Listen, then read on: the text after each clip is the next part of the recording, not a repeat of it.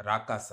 సంగీత్ శోభన్, నయన్ సారిక లీడ్స్‌గా మానస శర్మ డైరెక్షన్‌లో వచ్చిన horror comedy ఇది. ఈ సినిమా స్టోరీ ఏంటి? దీని మీద నా ఒపీనియన్ ఏంటనేది ఇప్పుడు తెలుసుకుందాం పదండి. ముందుగా ఈ సినిమా స్టోరీ ఏంటంటే, ఈ కథ రాకవరం అనే ఊళ్ళో జరుగుతుంది. అక్కడ తరతరాలుగా ఓ ఆచారం ఉంటది.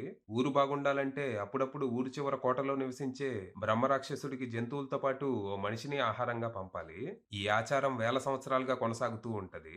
ఇక రీసెంట్‌గా తను ప్రేమించిన అమ్మాయి కోసం మన హీరో ఈరబాబు ఏకే వీరు సొంతూరైన రాకవరం తిరిగొస్తాడు. అయితే ఊరొచ్చేసరికి తన గర్ల్ ఫ్రెండ్ వేరే వాడితో పెళ్లికి రెడీ అయిపోవటంతో ఆ బాధలో ఫుల్‌గా మందేస్తాడు.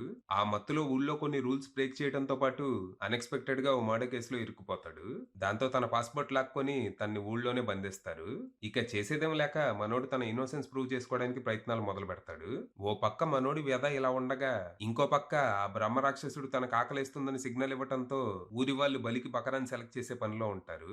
ఈ విషయం తెలుసుకున్న మనోడు మూఢనమ్మకాలతో మనిషిని బలివ్వటం ఏంటని ఊరి వాళ్ళకి ఎదురు తిరుగుతాడు.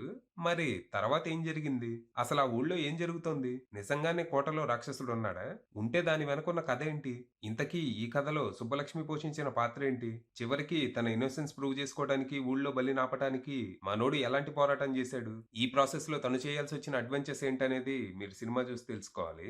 ఇక ఈ సినిమా పర్లేదు. బానే ఉంది. కథా కథనాలు మరీ కొత్తగా ఏమీ లేకపోయినా, కామెడీతో పాటు అక్కడక్కడ కొన్ని హారర్ ఎలిమెంట్స్ వర్క్ అవ్వటంతో డీసెంట్ అనిపిచ్చింది. ఈ సినిమా రీసెంట్‌గా 'శ్రీ విష్ణు' హీరోగా చేసిన ఓ హారర్ కామెడీకి చాలా సిమిలర్‌గా ఉంటది. ఆ సినిమాలాగే ఇది గూడా ఫస్ట్ హాఫ్ అంతా విలేజ్‌లో, సెకండ్ హాఫ్ అంతా కోటలో అన్నట్టు సాగుతది. ఈ సినిమా ఫస్ట్ హాఫ్ నాకు జస్ట్ ఓకే అనిపిచ్చింది. ఇక్కడ హారర్ పెద్దగా ఏముండదు. ఎక్కువగా కామెడీ మీద ఫోకస్ చేశారు. అది చాలా వరకు ఓకే అనిపిచ్చినా, అక్కడక్కడ మాత్రం చిరాకు బెడతది. కొన్ని కామెడీ సీన్స్‌ని తెగే వరకు లాగుతూ ఉంటారు. స్టార్టింగ్‌లో గెటప్ సీన్‌తో కలిసి మన సంగీత్ చేసే హంగామా బానే నవ్వించినా, తర్వాత ఊరి వాళ్ళు తనని బంధించాకొచ్చే కామెడీ కొంచెం ఫోర్స్డ్‌గా అనిపిస్తది. ఈ సీన్స్ అన్ని రకరకాల సినిమాల్ని గుర్తు చేస్తాయి. ఇక ఆ ఊరి కథ, ఆ బ్రహ్మ రాక్షసుడి లోర్ గూడా చాలా బేసిక్‌గా రొటీన్‌గా అనిపిస్తది. అలాగే ఇక్కడొచ్చే లవ్ ట్రాక్ గూడా ఫస్ట్ హాఫ్‌లో ఫిల్లర్ ఎపిసోడ్‌లా అనిపిస్తదే తప్పితే కథలో భాగం అనిపించదు. దాంతో సినిమా ఏదో సాగుతున్న ఫీలింగ్ కలుగుతది. బట్ ప్రీ ఇంటర్వెల్ నుంచి కథలో కదలిక మొదలైద్ది. సైడ్ ట్రాక్‌లన్నీ వదిలేసి మెయిన్ ట్రాక్‌లోకొస్తారు. ఇక ఇక్కడి నుంచి ఇంటర్వెల్ వరకు సినిమా చాలా ఎక్సైటింగ్‌గా సాగుతది.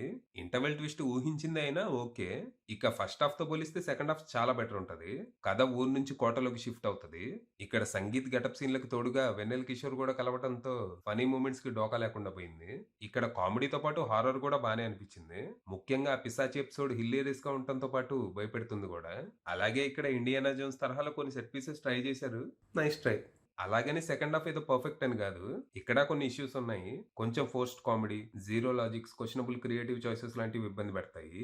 అంటే వాడసలు రాక్షసుడో, మెట్రో ట్రైనో అర్థం గాదు. 5 నిమిషాలకోసారి వస్తాడు, భయపెడతాడు, ఎళ్ళిపోతాడు. మళ్ళీ 5 నిమిషాలకొస్తాడు, ఇంక సేమ్ రిపీట్. భోజనం గావాలని ఆర్డర్ చేసి తినకుండా ఏషాలేత్తాడు.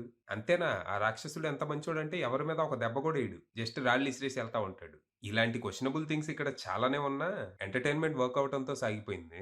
కానీ క్లైమాక్స్ మాత్రం బాగా డిసప్పాయింట్ చేసింది. మేబీ అది పేపర్ మీద బలంగా ఉందేమో గానీ స్క్రీన్ మీద మాత్రం తేలిపోయింది. మనుషుల్ని తినే బ్రహ్మ రాక్షసుడంట. ఊరి వాళ్ళు తనకు వెన్నుపోటు పొడిచి తీరని అన్యాయం చేస్తే వందల సంవత్సరాలుగా తను వాళ్ళనేమీ చేయలేదంట. పోనీ తనేమన్నా కోట నుంచి బయటికి రాలేడా అంటే అలాంటిదేం లేదు. ఊళ్ళోకెళ్ళి పాలు తెచ్చుకుంటాడు, చికెన్ తెచ్చుకుంటాడు. కానీ ఎవరిని ఏం చేయడు. సర్లే ఇవన్నెందుకు? హారర్ సినిమా అంటేనే నో లాజిక్స్. Only magic. ఇక్కడది చాలా వరకు వర్క్ అయింది. So, okay. ఇక పెర్ఫార్మన్స్‌ల విషయానికొస్తే వీరుగా సంగీత్ శోభన్ తనకు అలవాటైన యాక్టింగ్‌తో మెప్పించాడు. ఎప్పట్లాగే తన కామెడీ టైమింగ్‌తో ఫుల్‌గా ఎంటర్‌టైన్ చేశాడు. ఇక తనకి తోడుగా గెటప్ సీను, వెన్నెల కిషోర్ కూడా తమ తమ క్యారెక్టర్స్‌లో బాగా నవ్విచ్చారు. చాలా కాలం తర్వాత గెటప్ సీన్‌కి ఫుల్ లెంగ్త్ రోల్ పడింది. తను పూర్తిగా న్యాయం చేశాడు. ఇక నయన్ సారిక డీసెంట్ అనిపించింది. పెర్ఫార్మన్స్‌కి పెద్దగా స్కోప్ లేకపోయినా ఉన్నంతలో ఓకే అనిపించింది. కానీ ప్రతి సినిమాలో ఒకేలా ఉంటది ఏందో మరి. ఆ యాక్టింగ్, కాస్ట్యూమ్స్ అన్నీ సేమ్ ఉంటాయి ఏందో. ఇక 'బ్రహ్మాజీ', 'తానికేల బన్నీ' తదితరులంతా తమ పాత్రల పరిధి మేరకు నటించి మెప్పించారు. బట్ సెంట్రల్ క్యారెక్టర్స్ తప్ప సపోర్టింగ్ క్యారెక్టర్స్ ఏవి అంత స్ట్రాంగ్‌గా ఉండవు. మోస్ట్‌లీ అండర్ రిటెనే అనిపిస్తాయి. ఇక టెక్నికల్‌గా సినిమా పర్లేదు. ప్రొడక్షన్ వాల్యూస్, సినిమాటోగ్రఫీ లాంటివి డీసెంట్ ఉండగా, అనుదీప్ దేవ్ అందించిన పాటలు సోసోగా, బ్యాక్‌గ్రౌండ్ స్కోర్ డీసెంట్‌గా ఉన్నాయి. ఇక VFX and CGI work budget దృష్ట్యా ఇంప్రెసివ్‌గానే అనిపించాయి. ఇక ఎడిటింగ్ ఫస్ట్ హాఫ్‌లో కొంచెం బెటర్ ఉండాల్సింది. ఇక రైటర్ డైరెక్టర్ మానస శర్మ విషయానికొస్తే ఆమె పనితనం పర్లేదు. రైటింగ్ పరంగా వీక్‌గానే ఉన్నప్పటికీ దర్శకురాలిగా చాలా సన్నివేశాల్ని బాగా హ్యాండిల్ చేసింది. బట్ రైటింగ్ బెటర్‌గా ఉండుంటే ఔట్‌పుట్ ఇంకా బెటర్‌గా వచ్చేదేమో. ఫైనల్‌గా చెప్పేదేంటంటే పెద్దగా ఎక్స్‌పెక్టేషన్స్ ఏమి పెట్టుకోకుండా వెళ్తే సరదాగా ఓ 2 గంటలు ఎంజాయ్ చేసి రావచ్చు. అది విషయం.